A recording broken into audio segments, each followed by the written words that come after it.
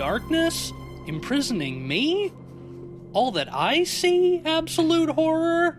It's more likely than you think when you're listening to America's most sensual podcast, The Pod People.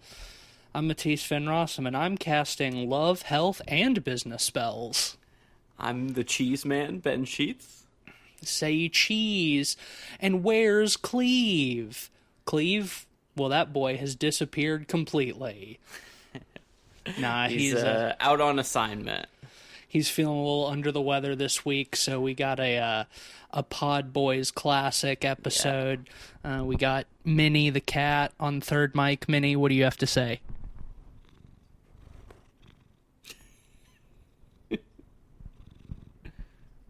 Very insightful. Well, we're coming at you this week with another Patreon pick episode. This week's pick is brought to you courtesy of our honorary podboy Micah, who has given us a left field pick, a pick that neither of us have seen. Is a Mexican film called Disappear Completely, directed by Luis Javier Henane. I think we talked a little bit at the end of the last episode. I think this movie was on the festival circuit in 2022, but has gotten a more wide release this year. Yep. In 2024, I think it got acquired by Netflix for U.S. distribution rights. I'm not on Netflix anymore, so I don't know, but that's what it says on IMDb. Sharing. Yeah, they cracked down on password sharing, and they lost my money. But for the purposes of the show, we're considering this a 2024 film. Yeah, we're on a roll with 2024 films. There have been so many fucking new horror movies this year, and we'll talk about that in our end of the year episode coming up here in a couple weeks. This one didn't know shit about it. Yeah, I went in almost completely blind. Outside of like the premise, the synopsis, the log line, knew nothing about it. Don't know anything about this director. This was a complete surprise, and I don't know about you. I thought it was pretty good. I thought it was pretty good. Yeah, didn't blow me away. But no. I was impressed with some of the things they do. Some of the moves they make are kind of bold. Especially in the third act, some interesting formal decisions that I liked quite a bit. But let's not get too ahead of ourselves. The film is sort of about a crime scene photographer, sort of a Nightcrawler type character. Ambulance chaser, tabloid kind of guy, Santiago, who, gets to the scenes of crimes early, bribes the police to let him take photographs of the dead bodies, and then sells those to sort of a tabloid newspaper for them to put on the front page. But he does it with a classy artist's eye for crime scene photography, and he's trying to get his stuff into a formal gallery exhibition, but no galleries are interested in it because all he has is artsy pictures of corpses. The Rotten.com exhibition. Yeah, the Rotten.com exhibition, absolutely. He ends up sort of at the scene of a mysterious crime, and sort of finds himself after that cursed to gradually lose each of his senses one day at a time. That's kind of the broad plot synopsis. I thought this was cool. I like these kind of occult witchy movies. I thought this was a good one. A pretty unique take on the genre, but also I think very heavily inspired by lots of horror movies, both new and old. Yeah, it reminded me in premise a lot of Thinner. Based on the Stephen King story. Where, he starts off as a big fat dude, and slowly he thins and thins, And Yeah, he pisses off like a Romani or something who curses him, right? Like another one is like drag me to hell, kind of. yeah. Yeah, these sorts of things where like some schmuck does something to piss off the wrong person and gets cursed, and has to sort of figure out how to stop the curse if they can before they die. Yeah, and I do find this one particularly interesting in that, like, telling it in, cinematic medium, you only have hearing and sight to kind of tell the story. Right. So you have to find ways creatively to show the loss of the other senses in a way where you can feel in the moment with them. Yeah, And I find that interesting. Yeah, do you think that the movie is successful at that? Sometimes, yes. I think at the best moments it is. Yeah. I don't think it always lands perfectly. For example, the first sense he loses is sense of smell. Right. I think that one's done a little bit on the nose, so to speak. Yeah, well, I do think that I mean, you're very right, and I do think that one of my gripes with this movie, and it's not a huge gripe, but I think that it is like so interested in economical storytelling that it doesn't leave much room for mystery, I guess. It feels like, because a big part of the film is Santiago trying to figure out who cursed him, basically. And I always felt it, like, every time we get a little bit of like sort of investigation, he finds what he's looking for immediately. Yeah. You know what I mean? Yeah. And I think some of that is timing with, like, obviously the film has a story that's trying to tell. This is an hour 40, 100-minute film. And I'm certainly glad it's not any longer than that. Mm-hmm. And also there is sort of like there's a ticking clock for like the curse. Like each day he loses a different sense. So, he's only got 5 days before he's, completely gone. Yeah. So there's not, because of how narrow that time frame is, it doesn't feel like it really allows the time to like really investigate. So he's always got to be like right on top of the clues. You know what I mean? Well, and the thing is, like, I feel like the mystery of the curse itself doesn't even happen until about halfway through. The first half is him trying to figure out what is going on with him. Oh yeah, sure. He doesn't realize that he's cursed. And because it's structured to that point where,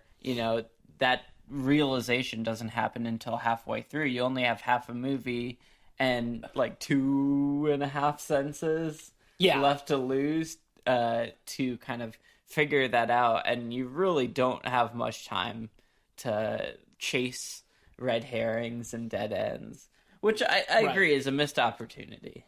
Yeah, it's a missed opportunity, but also, like, I don't think the film needs to be any longer. If anything, I think it has a little bit of a second act slump. I like the part you're talking about where he's like trying to figure out sort of like what's going on with him before like the supernatural aspect of it is revealed, is, I don't think, super interesting. But let's work our way there. Let's back up a little bit. So when he goes to sort of like the crime scene, the inciting the incident. senator. Yes, the senator. He gets cheese man. The cheese man, yeah. Well, one of his thing is whenever he's taking these crime scene photos, he'll send the man with like a hokey sort of like pun title for like headline title, but what he gets frustrated by is that the newspaper always like changes his title or like puts a spin on it or something. But yeah, so he gets a call to go to a crime scene from one of his police informant buddies. Is like, you got to get here fast. This is a senator. And he gets there and they won't let him in because the medical examiner's almost there. So he has to sneak in, and there's one cop who he knows, like, in the actual crime scene. And there's, the senator is lying there on the ground, like, naked. He's been being, like, chewed on by rats. One of his eyes is gone. And so as he's taking the pictures, he's like, we see him editing later. And the caption gives us the cheese man. And I think the newspaper spins it into say cheese, which frankly, better joke than the cheese man. But yeah, because he's full of holes, he's being eaten by rats. But sort of like the spooky thing is, like, at the end of that scene, they think he's dead, but all of a sudden he gasps and he's awake, and he's begging to be killed. Kill me, kill me, kill me. And so we see them sort of like taking him out on a stretcher, and they're like, oh yeah, he's not responding to any stimuli. Like, that's weird. He's not answering us or anything when we talk to him. But then as Santiago's walking back to his car after this, somebody runs up behind him and knocks him out. He's mugged. And he wakes up. You know, his wallet is gone, but his camera and everything's still there. So he goes back home, doesn't really think anything of it, goes to edit the photographs. I love it every time. He's always talking about, like, how busy he is with work. He's, like, sort of, like, pushing his wife away or whatever, because he's like, I'm really trying to get my career started. She's like, we've been together for 14 years and this isn't working out. Like, but every time we, like, actually see him working, he, like, sits down at his computer, pulls up Photoshop, adjusts, like, 2 sliders. The contrast ever so slightly. Yeah, bumps the contrast a little bit, like, moves a couple of color sliders, and then, like, sends it. And it's like, damn, dude, yeah, you're real busy. You're always working, bro. Yeah, I gotta say, the whole subplot with him and his wife or girlfriend, I think it's his wife. I think he says my wife later. They live together. She says they've been together for 14 years. Yeah, I feel like that's a little undercooked at times. That didn't bother me too much, because I think the movie is very subjective. It's very like single perspective. Like, we're always with Santiago constantly, and I think that really works to its benefit. Like, toward later in the movie when he starts losing his senses more, and we'll get into that.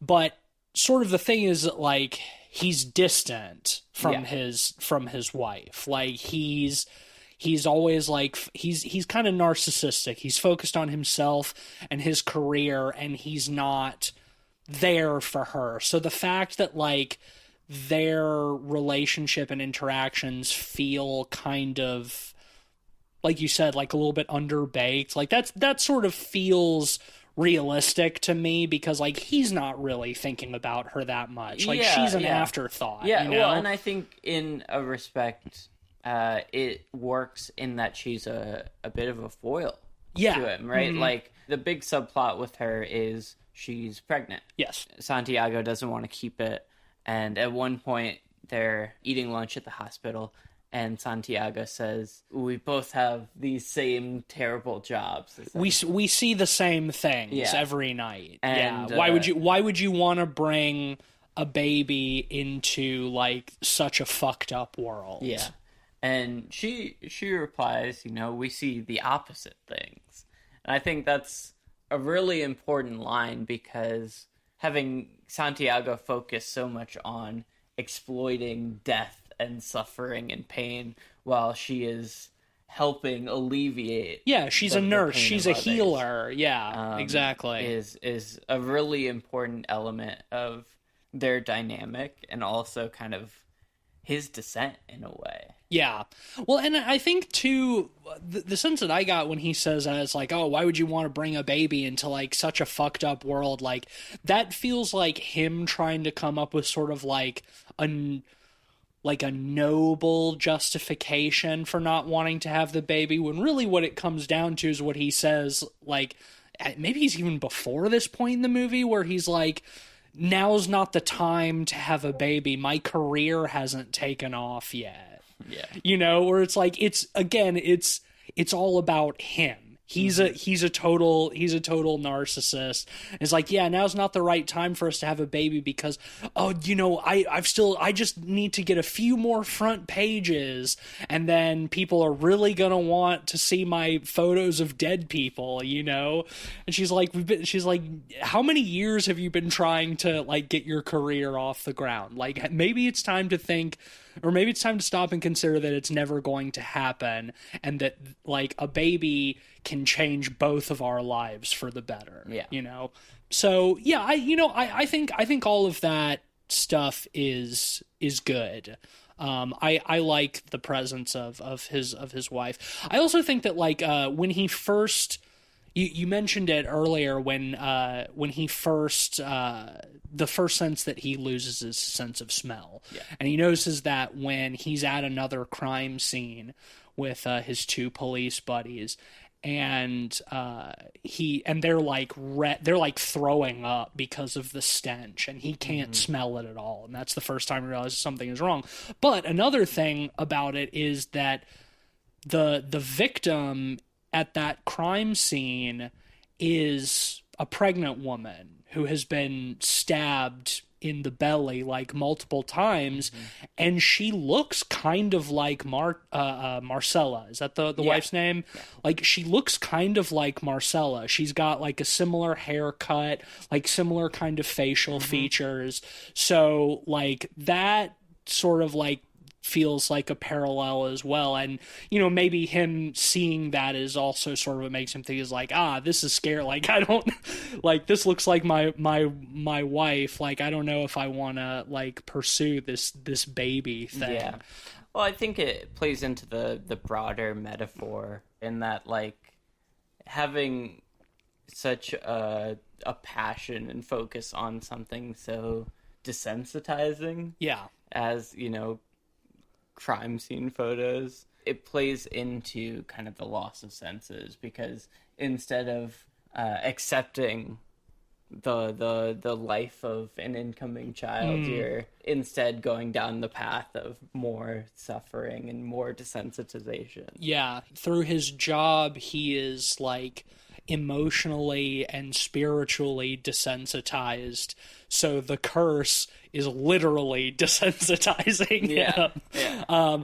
What did you think about how that scene ends, where he has like the vision or whatever of the dead woman coming to life and attacking him, and he has his seizure or whatever? It's a little silly. They do a few of these sort of jump scary sort of moments.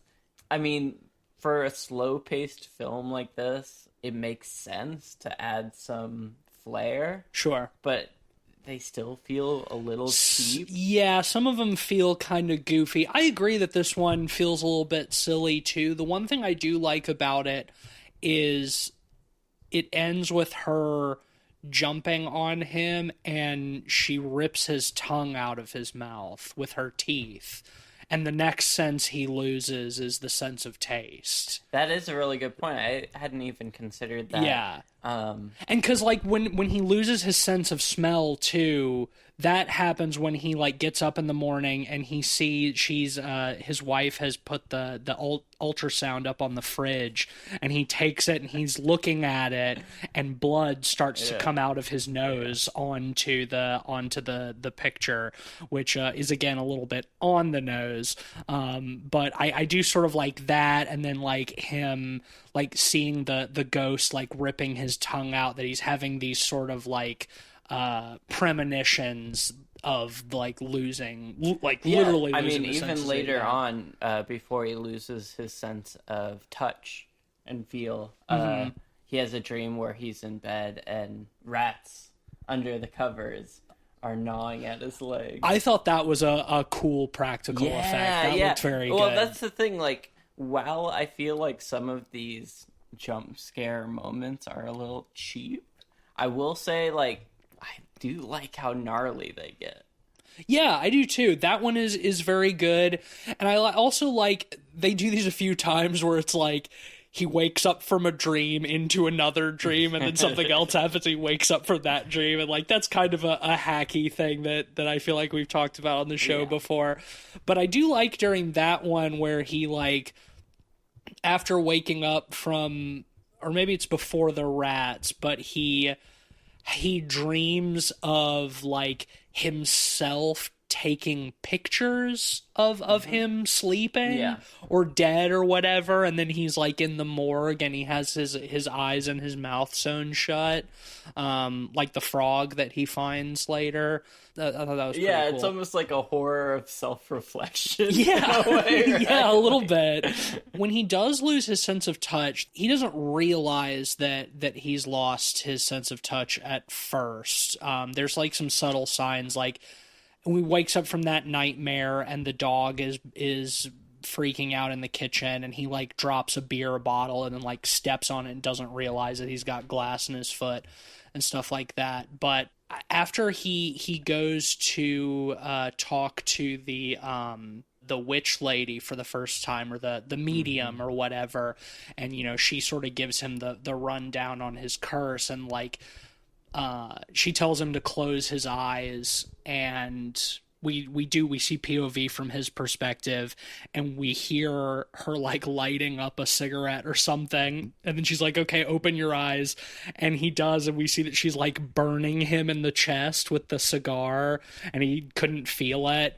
But after that, he's like sitting in the car, and he's like coming to terms with his diagnosis, basically his curse diagnosis, and he's like, he cranks up like the heat in the car, and he's like holding his hand in front of it and he can't feel it, and he's like rubbing his hands on his like legs and on like the steering wheel, and he's like touching everything.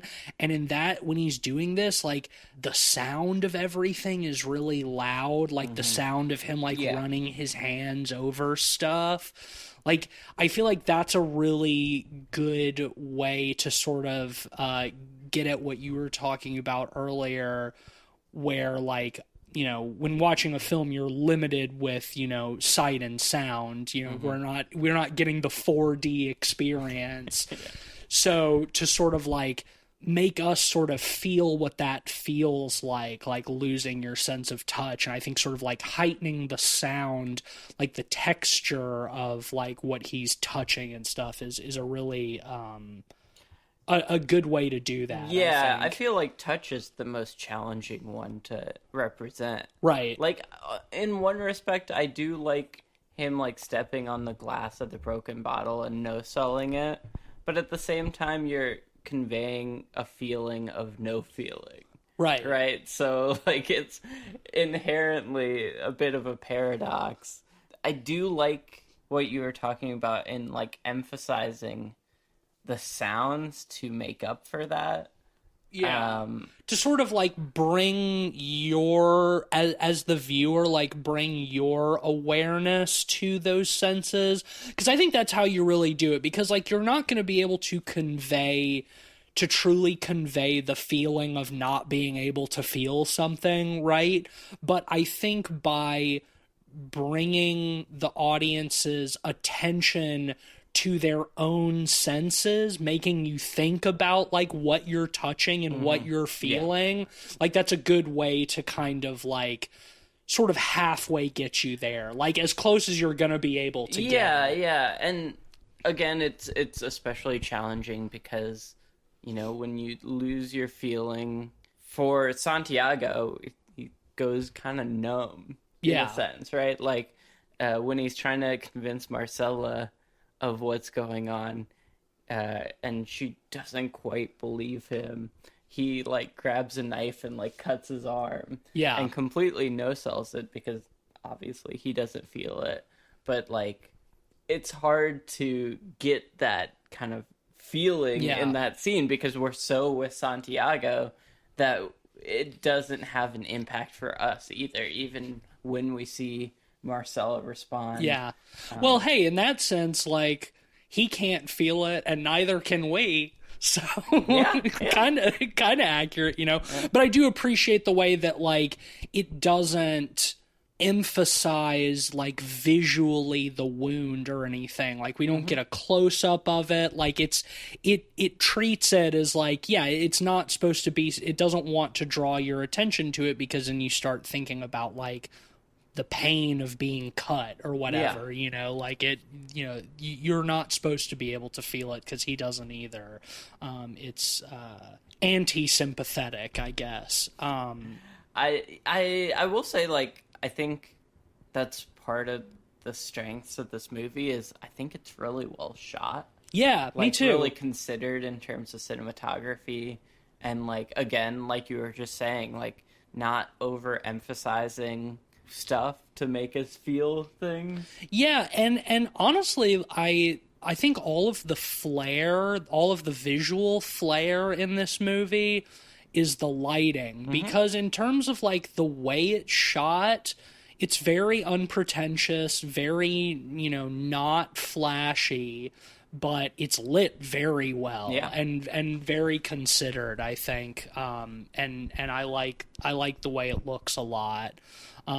Yeah, aesthetically, this movie really ticked all the boxes for me. It looks great. The sound design is great, especially in the back half, when he starts getting into the stuff with him losing his sense of hearing. That's really good. I do want to double back to the frog that he finds. Yes. Because I like this detail. Cursed object. The cursed object, yeah. After when he drops the beer bottle on the floor and it breaks, like the dog has been freaking out for the last couple of days, and it keeps trying to like get at something under the stove. And so he eventually finally gets down on his hands and knees and tries and takes a look at what the dog's trying to get at, and he finds like a dead bullfrog with its eyes and mouth sewn shut, and like a big its belly has been cut open and sewn back up With bright red threads. Yeah. And he takes it to his cop buddies and like throws it down on the table while they're eating. And they're like, hey, like, oh, well, hey, we're eating here. But one of the cops is like, get that the fuck out of here. That's fucking witchcraft. That's fucking brujeria.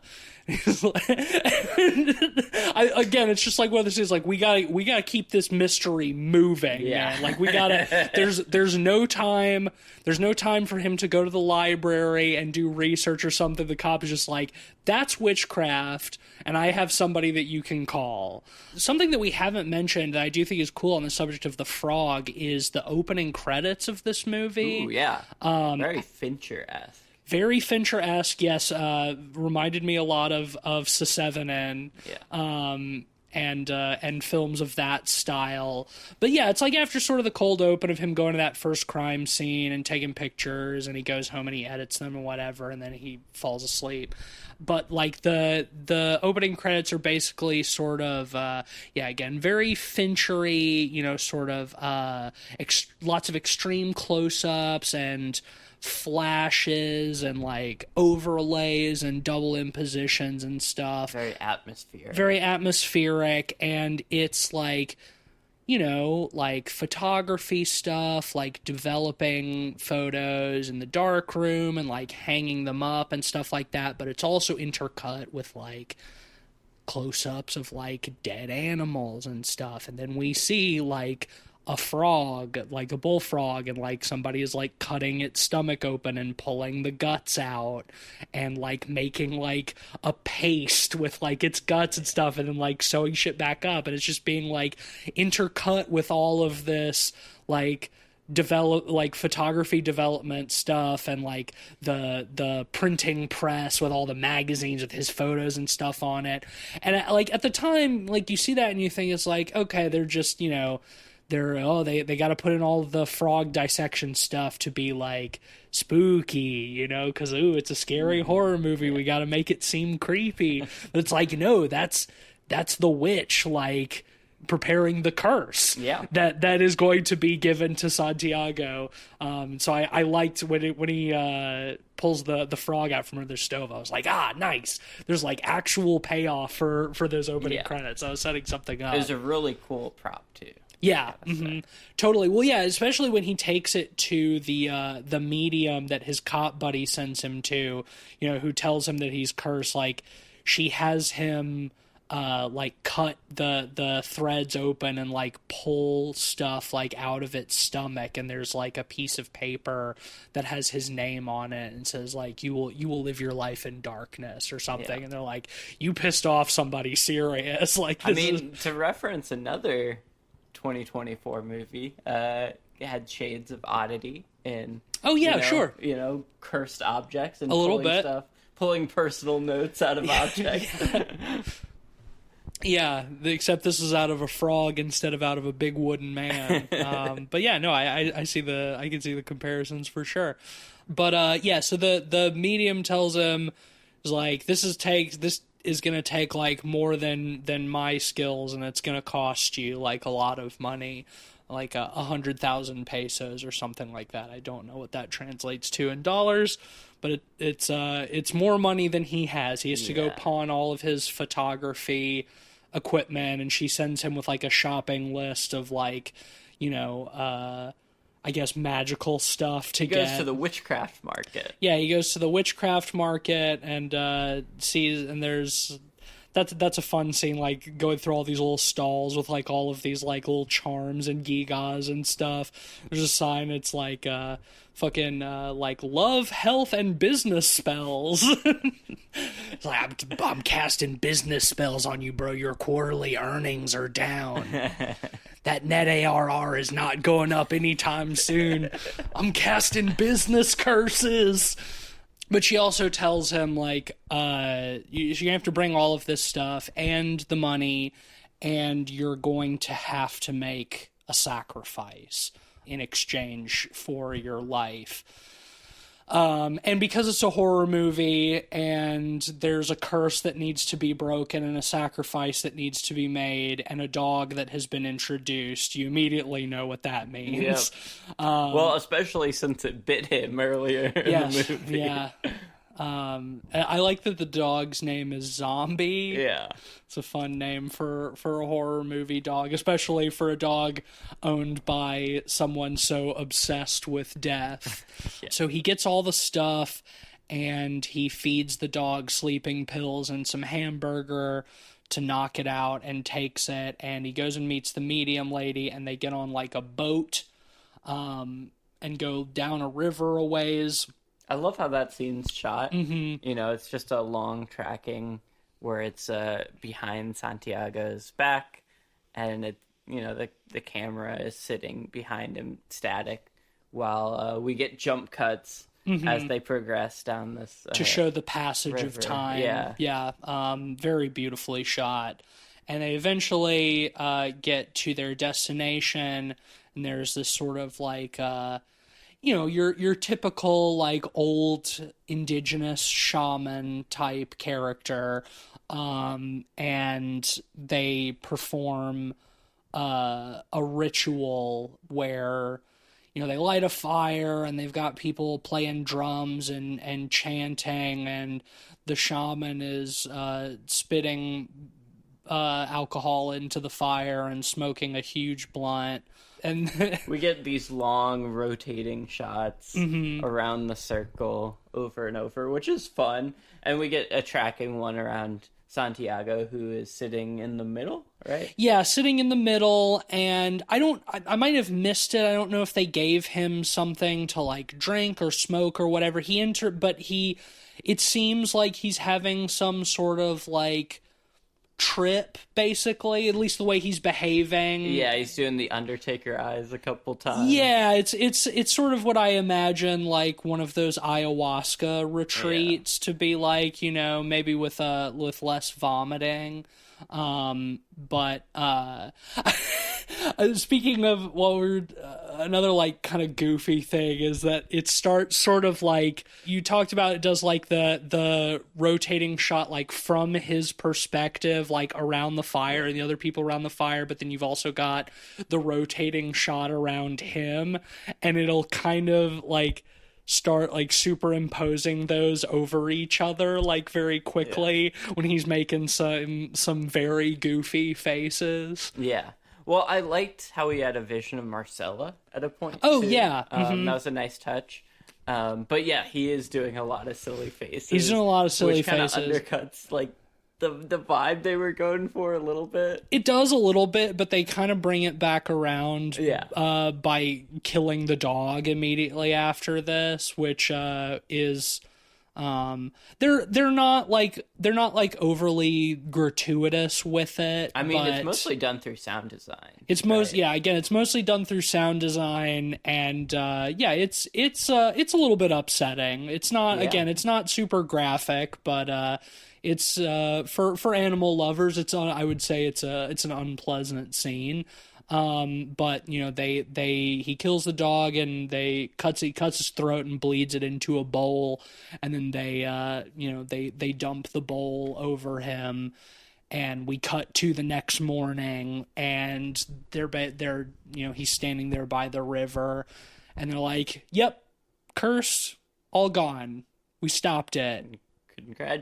Congratulations, you can go home." Well, they do say we've stopped the progression of the curse. You'll never get back what you've already lost, but you're not gonna lose anything more. So he has to go home, and he's permanently lost his sense of taste, smell, and touch. But at least he's not gonna die, right? But he goes home, and they kind of have like a quiet sense of relief. Like he wakes Marcella up, and they start having sex, and then we kind of get like a sense of what has been lost, because obviously without his sense of touch, like he's not able to enjoy the sexual experience. Like even during it, he's having to like remember. He like closes his eyes and he's like remembering like previous times they've had sex. And he almost pulls a Gucci Mane and falls asleep. Like it's Spring Breakers. Like Mozart on that day.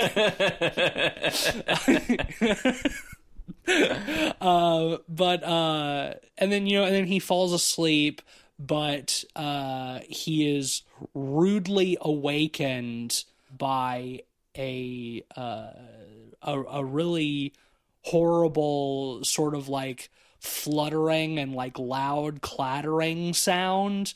And he jumps up out of bed and he's running around. Marcella's like, "What's wrong? What's wrong?" He's like, "There's something in my ear. There's something in my ear." And she goes and like gets the tweezers and removes a living moth from his ear.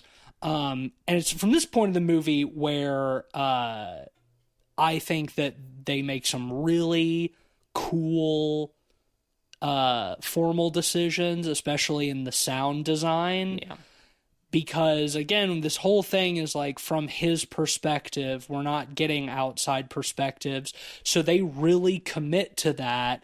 And as he's losing his sense of hearing, they're replicating that through the sound design. Yeah, and they do it in a variety of ways. It's not just, the sound's muffled.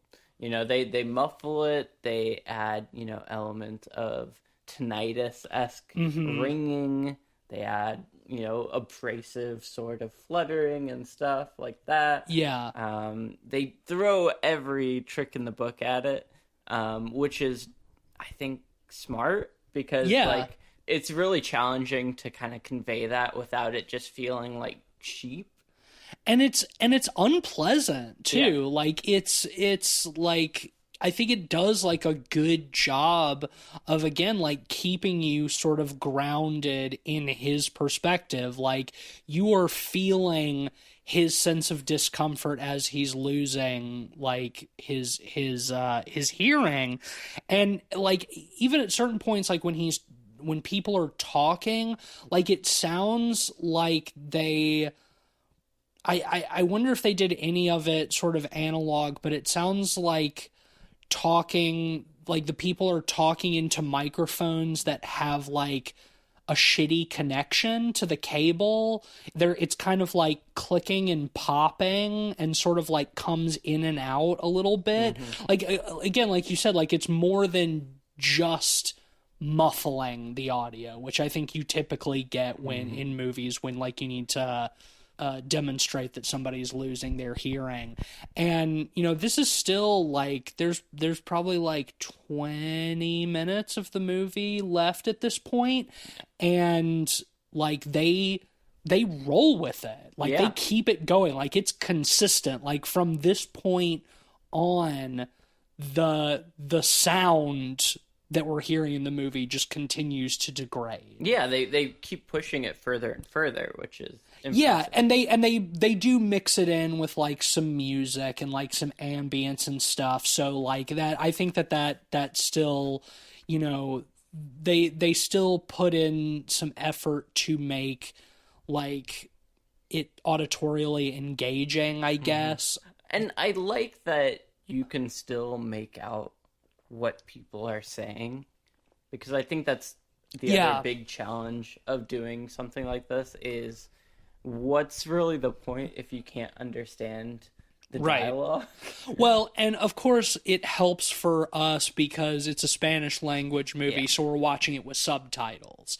So I would be curious for like people who speak Spanish watching this movie, like, is the dialogue still legible enough for you to make it out, or would they need subtitles too? Like in the Spanish version, like, do they subtitle some of this stuff, especially towards the end? Like like his hearing gets pretty bad, but we're always getting subtitles for it, so I don't know. But here, this is a part where we get, again, they have to kind of like speed run the investigation stuff. Yeah. I think this is some of the more egregious aspects of it, because like, oh shit, he's losing his hearing, he's got 1 day left, he's got to figure out what's going on. And so it's like he's just on his computer immediately looking at the photos from the crime scene where the senator was, and again, there's no dicking around. There's no like sense of investigation. It's just like we see him. He's looking at the picture. There's a darkened doorway in the background of the shot, and he immediately cranks the brightness up as high as it goes, flattens the contrast, and sure enough, there's a figure in the doorway. You can't really make them out too well, but there's somebody in there. Yeah. And so he runs back to the crime scene, which he's able to easily sneak into again, and he goes into the room where he saw the person, and a vent cover on the floor like falls off, and he looks in there, and there's a frog. Yeah. With the sewn up mouth stuff. And so then he's back talking to his cop buddies, and they're like, have you looked into anybody who might not have liked the senator? It's like hard to find enemies for a senator. Yeah, for a fucking public official, for a politician. What enemies could this person have? And I like how the cops are like, have you investigated like any of the senators? And you're like, y'all are the police. Isn't that what y'all are supposed to be doing? It's a crime, right? But so what the investigation that he does is he gets back in his car, and he has a copy of the tabloid with his photo of the senator on front, and he like flips through it and like reads the article, and they're like, oh, with Senator so-and-so out of commission, that leaves room for this other senator's law plan or whatever. And he sets it down, he picks up his phone, opens Google, and Googles Senator so-and-so witch. And Google pops up with like 4 articles being like, yep, she's a witch. It's like literally the first article he clicks on is like an insider into Senator so-and-so reveals her startling passion for witchcraft and occultism. And it's just like, so again, just immediately he finds out. Yeah, it's so abrupt, and like I agree that the film is a good length and shouldn't be longer, but maybe we don't need him Googling loss of smell, loss of taste causes on WebMD earlier. Yeah, and maybe we give could a little more time to this. Maybe we could truncate some of that stuff a little bit, yeah, and like sort of make the investigation feel more like an investigation. Yeah. Because they don't stop there. We then cut to him meeting in like a parking lot with a guy who used to drive the senator around. Don't know how he got in touch with this guy. I guess his law enforcement connections, whatever. But this guy is like, oh yeah, that senator, she's a witch, all right. And is like, I don't work for her anymore, but you've pissed off the wrong person. And he like shows him the photograph of the blurry photograph of the mysterious person in the in the doorway, and he's like, oh yep, I know that guy. That's the senator's personal witch. He's basically the devil. Clear as day. Clear as is like, yep, that's him all right. I definitely recognize that freak. And it's like, so I think they don't outright, well, I guess he does. He's like, you never should have taken that picture. The thing is supposed to be, it's like the witch was at the crime scene and Santiago took a picture of him, so that's why he cursed him. I'm assuming, yeah. Yeah.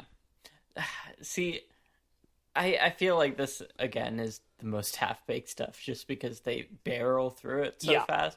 I feel like it would have had more impact if it was, like, the families of one of the victims he took pictures of, you know? Like, yeah. Where it's more directly connected to the work he does, because having it so disparate just feels like it's tacked on. Yeah. I mean, there has to be the way they set it up, there has to be the connection to the senator, because the senator also had the curse.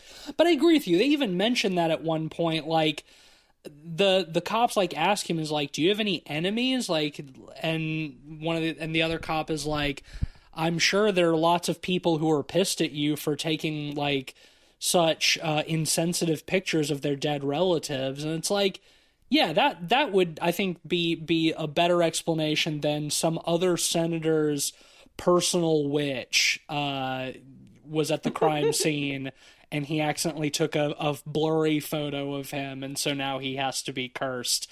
That being said, yeah, all this investigation stuff, they really fucking blow through it, but it does get a good payoff from, sure. I think, this point to the end of the movie, which I think is very strong, also wears its influences on its sleeve. Its number one influence being, surprise, the witch, I think, pretty obviously. But, so the driver guy tells Santiago where the evil witch's hideout is. It's like somewhere way out in the middle of nowhere. And he goes out there. He's like, you really gonna go talk to him? He's like, well, what do I have to lose? Yeah. He goes out there to talk to him, and it's nightfall, and it's, classic spooky witch's hideout, sort of old rundown building with a bunch of fucking, like, skulls and candles and potions and stuff sitting around. It's a cool set. Mm-hmm. And he finds, like, an altar with a bunch of pictures on it and, like, a little figure that has his photograph on it. And then he goes out around back and sees a bonfire out in the woods, and there is a naked figure sort of dancing and cavorting around it.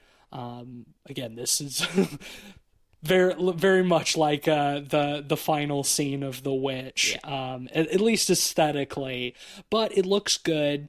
And he's sort of like hiding. He's watching, and the figure like turns and looks over its shoulder, and he has to like duck back behind what he's hiding against. And he's surrounded by a bunch of goats and stuff. It's very, very satanic. And when he looks back at the fire, ooh, there's nobody there. And then, boom, he's right in front of him, and he blows something in his face and knocks him out. And and then he wakes up, and at this point his hearing is almost gone completely. Like, we're still getting some like muffled sound, like we can hear him talking a little bit. There's some ringing. I really like the way that this whole bit is shot.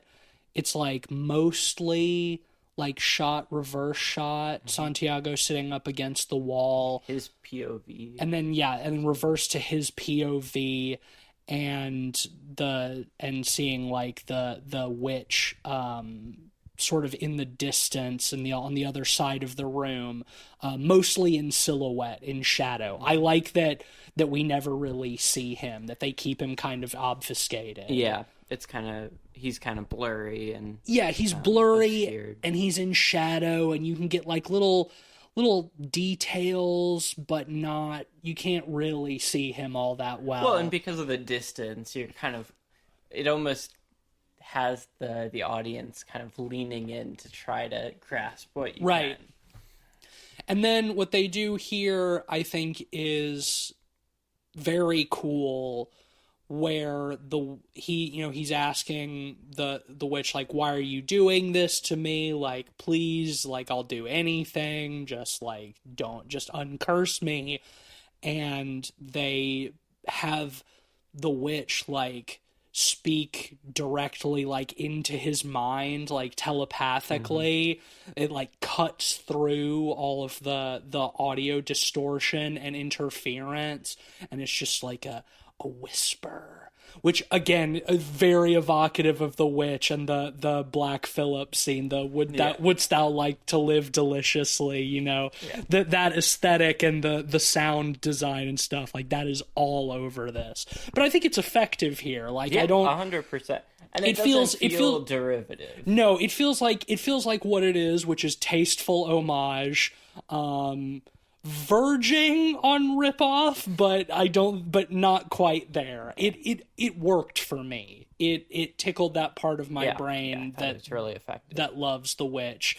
And the evil witch tells him, is like, give me your spawn, your unborn child, and I will restore what has been lost. And he sort of like leaves a little vial of something, of a mysterious liquid on the table, and then he like disappears. And we cut to Santiago going back to the house, and at this point his hearing is completely gone, and they just remove sound completely. Dead silence for the rest of the film.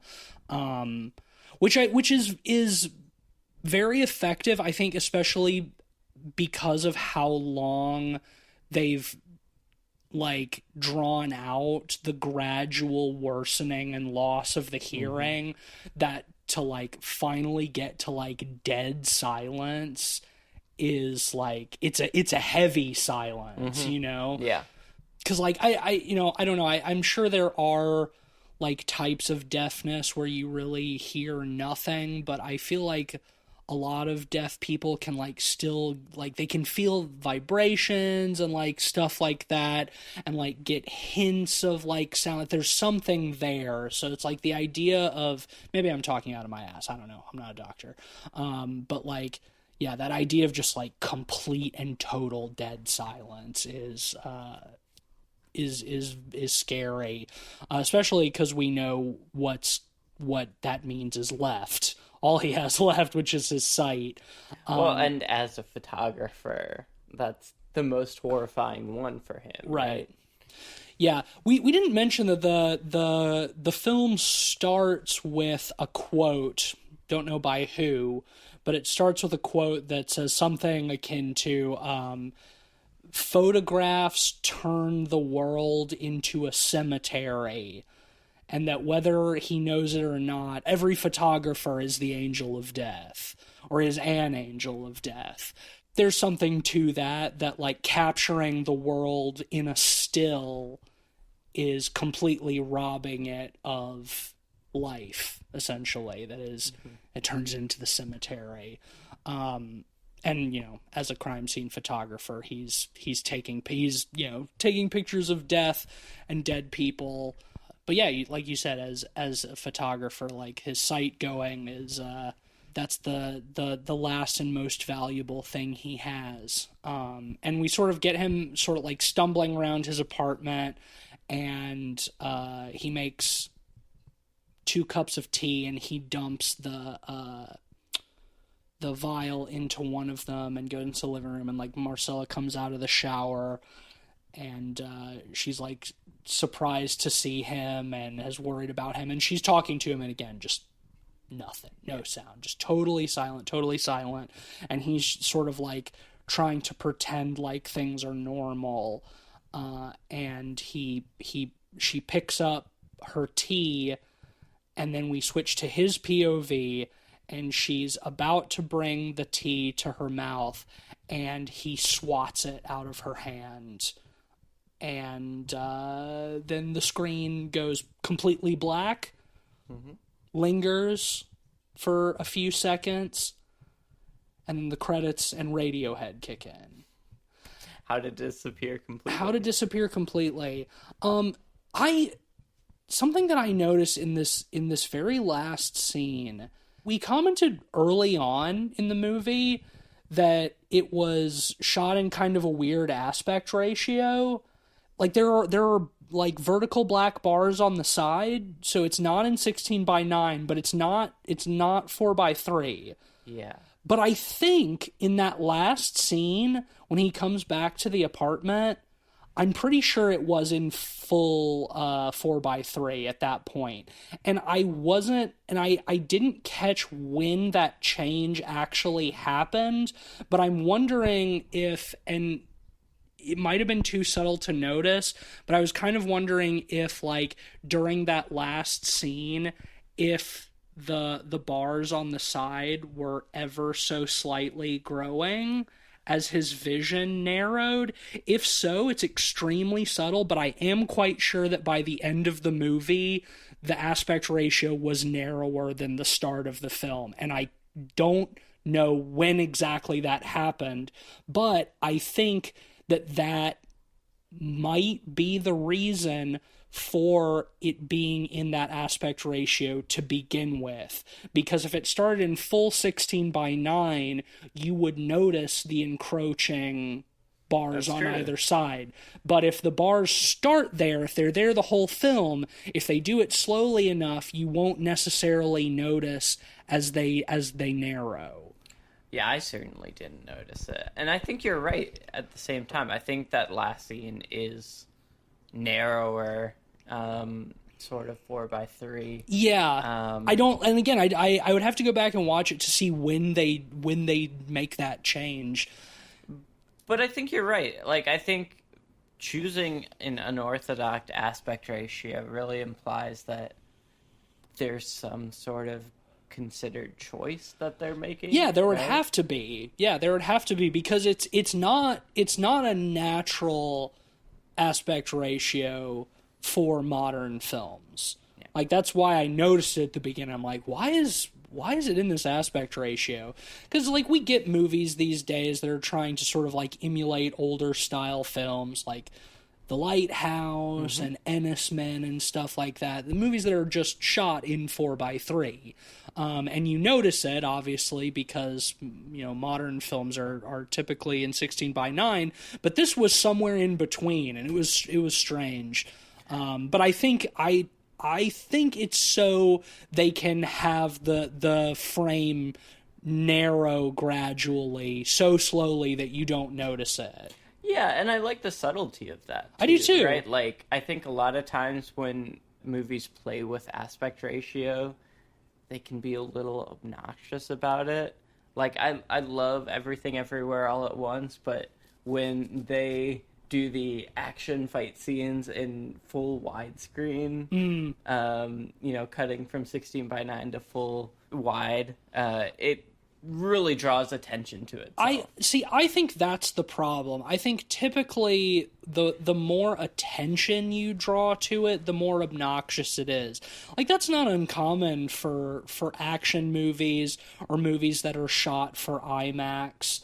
Christopher Nolan does this a lot. It happens a lot in the Mission Impossible movies, where, like, yeah, for the bigger spectacle action scenes, that it'll go from widescreen letterbox to full 16:9, and yeah, again, I think a good movie that does it well is, like, you're so engrossed in what's happening in the movie that you don't notice the aspect ratio change. But then in stuff where they make a big point out of, like, the change, that can be kind of annoying. I think the worst offender is the movie Mommy by Xavier Dolan, where the main character, it's in 4:3, but the main character, like, goatsy opens, pulls letterboxing. I have seen that clip going around on Twitter. My favorite example is from a movie that I also haven't seen, but another clip that I see going around on Twitter is from one of those later Transformers movies, Michael Bay ones. I think it's The Last Night or whatever. There's, like, a scene where Anthony Hopkins gets, like, blown up by a Decepticon, and every single shot in the sequence, they're real quick, but every single shot in the sequence is in a different aspect ratio. That's incredible. It's insane, dude. It's one of those things, like, I didn't notice it until somebody, like, explicitly pointed it out. But then once you see it, you can never unsee it. Like, they were crazy for that one.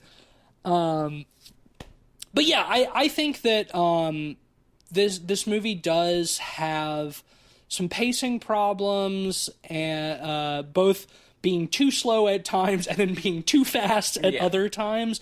But I think that its aesthetic considerations and its choices in how it makes you feel the loss of these senses along with Santiago are really creative, and ultimately, like, really effective. Surprisingly so.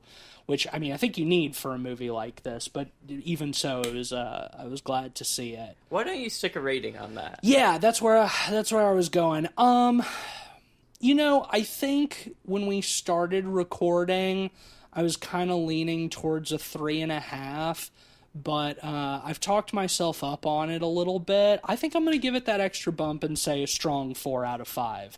Like, it's got some problems, but a really worthwhile film, and a lot of clever filmmaking in this one. Very confidently directed.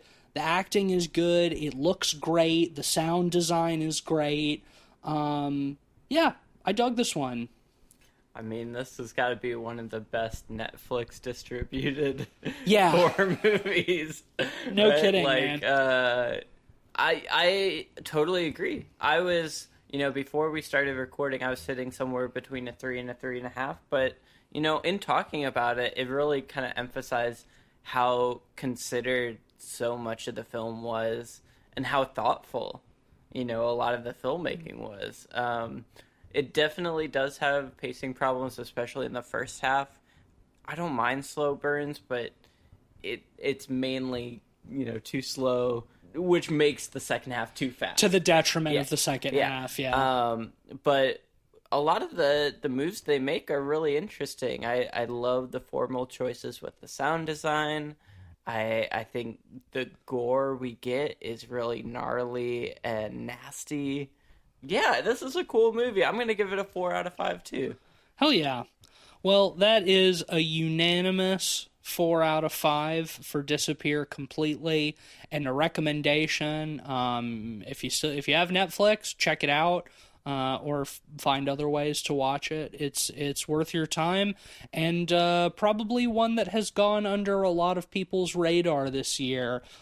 Certainly went under my radar. Same. So.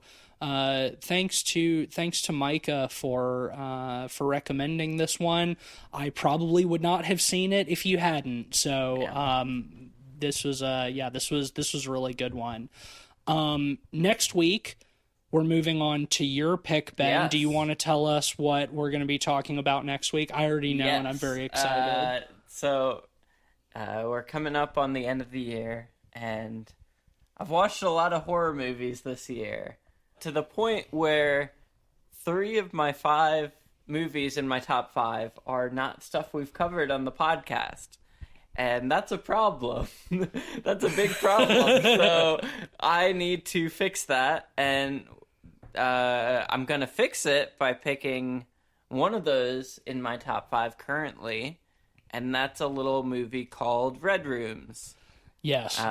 It's a very disturbing, freaky, new horror movie. I'm not going to say much more than that. Yeah, I'll save it for the next episode. I have seen this one already too, and I have not been able to get it out of my head since I watched it several weeks ago.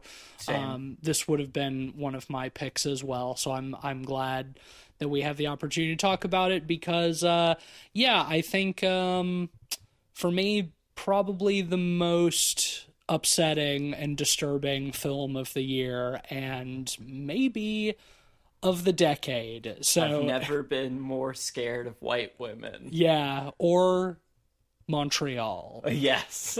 So if that sounds like your cup of tea, then you certainly won't want to miss our episode on Red Rooms next week. And Cleveland will be back for that. He better be, at least, because he needs to. We've been talking about this movie so much, and Cleveland still hasn't seen it. That boy got to see it. So yeah, check back with us next week. And until then, if you like the show, then be sure to leave us a 5-star rating and a review, a like, a subscribe, a follow, whatever. You can also throw us a few bucks at patreon.com/podpeoplepod.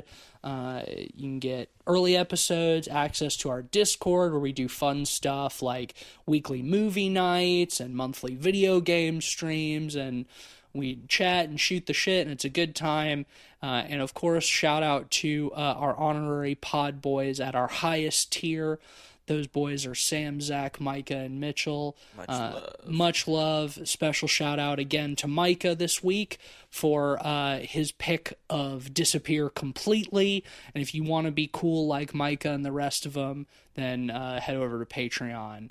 And of course, you can always also follow us on Letterboxd, Pod People Pod, where you'll find a list of all the films we've talked about on the show with our average ratings and links to those reviews. For my recommendation this week, we watched a movie about Brujeria, so I gotta recommend some music by Brujeria, legendary Mexican OG grindcore outfit.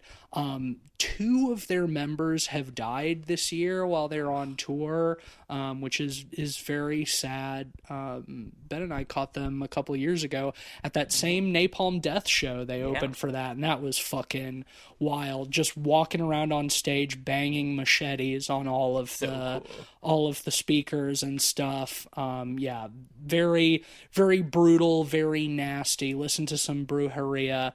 Matando Guero is their best album, so I would recommend that. But yeah, that's it for me. What you got? I'm gonna recommend another reflection on death, similar to this movie. I read this comic. I guess it's a graphic novel more, called George Sprott, 1897 to 1979. And it's a really cool, really interesting sort of biography done by this Canadian artist, Seth. And it's telling the story of this guy, George Sprott, who he's a fictional character, but his character, he was like a late night host on a local Manitoba TV program in like the 50s through the 70s, where like local TV was a bigger deal. And the story is super interesting because it's not like a linear story of his life. It's very fragmented. It's told through perspectives and like anecdotes from a bunch of different people kind of adjacent to his life, people who watched his show, friends, enemies, family members. And so you get a lot of like contradictory opinions on him. What's the genre? Is it like drama, comedy? There's elements of comedy, but it's mostly drama, and it's mostly like a reflection on like the inner self, or kind of what you can gather from someone's inner self through like the external, from a lot of people's perspectives. It's really, really well done, really beautifully drawn. Yeah, it's really unique. I would recommend it. The physical book is kind of notable because it's very large. It's like almost coffee table book size. But you can also find ebook versions online pretty easily. And I would definitely recommend checking it out. Hell yeah. All right. Well, thank you for listening, as always. And though it's time for us to disappear from your ears, we hope that we won't disappear from your hearts. Good night.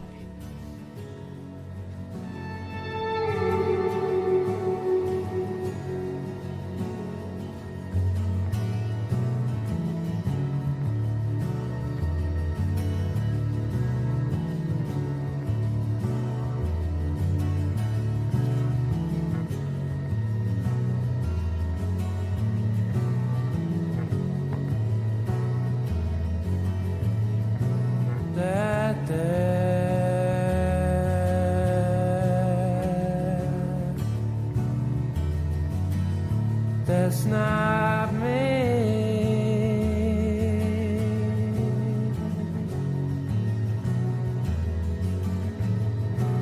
I go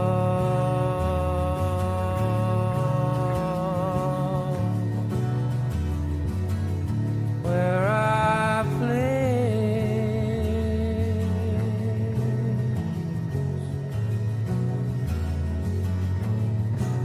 I walk through walls.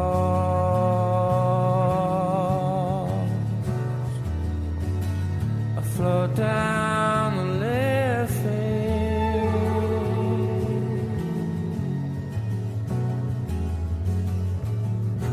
I'm not here.